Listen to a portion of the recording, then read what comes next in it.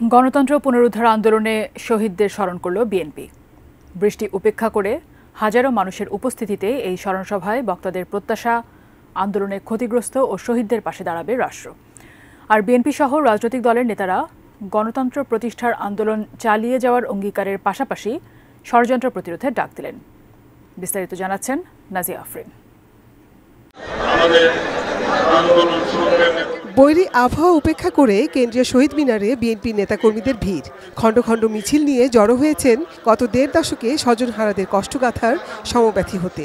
ছাত্র জনতার আন্দোলনে স্বৈরাচার মুক্ত দেশে ১৬ বছর পর প্রথমবারের মতো কেন্দ্রীয় শহীদ মিনারে শহীদদের স্মরণে স্মরণসভার আয়োজন করে বিএনপি।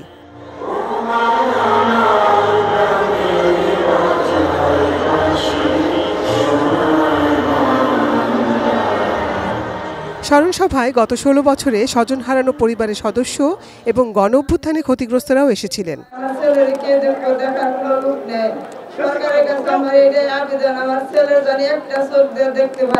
অনেক মানুষ শহীদ হয়েছে, এ বিচার হবে বঙ্গের মাটিতে ইনশাআল্লাহ। হাজির হয়েছিলেন আওয়ামী লীগ সরকারের আমলে রাজনৈতিক মামলায় ঘরছাড়া নেতাকর্মীরা। গণতন্ত্রকে কিভাবে পুনঃপ্রতিষ্ঠা করা যায় সেই লড়াইয়ে আমরা অবতীর্ণ থাকব। আগামী দিনের যে কোনো ধরনের সমস্যাকে আমরা, প্রতিকূল অবস্থাকে আমরা মোকাবেলা করে ইনশাআল্লাহ কামিয়াব হব।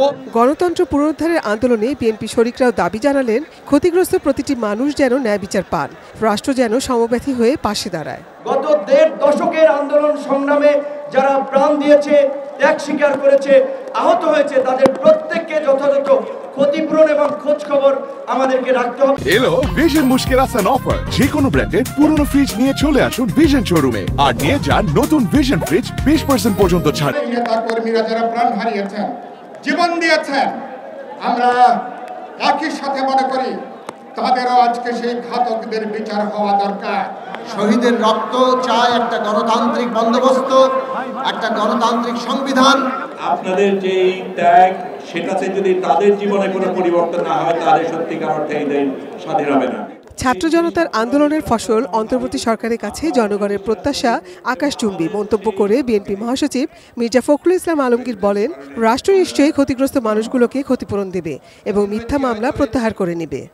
এখনো চতুর্দিকে নাগিনীরা ছড়াইছে নিঃশ্বাস, সেই তাদের চক্রান্ত তারা বিভিন্নভাবে ছড়াচ্ছে এবং আমাদেরকে বিভক্ত করবার চেষ্টা করছে। আজকে আমাদের যেটা প্রয়োজন সবচেয়ে বেশি, তা হচ্ছে আমাদেরকে ইস্পাত ঐক্য, যে ঐক্য নিয়ে আমরা দীর্ঘ 16 বছর লড়াই করেছি, সেই ঐক্যকে অটুট রাখা এবং কোনো মতেই তাদের চক্রান্তে পা না দেওয়া। গণতান্ত্রিক রাষ্ট্র গড়তে কাঁধে কাঁধ মিলিয়ে চলার প্রত্যয় জানিয়ে মির্জা ফখরুল সতর্ক করলেন, চক্রান্তে যেন কেউ বিপথে না যায়। গোপালগঞ্জের সংঘাতের ঘটনাকে আমলে নিয়ে প্রতিরোধ গড়ে তোলারও আহ্বান জানান তিনি। তারা এখনো আবার হায়নার মতো লুকিয়ে আছে, যে কোনো সময় তারা আক্রমণ করবে।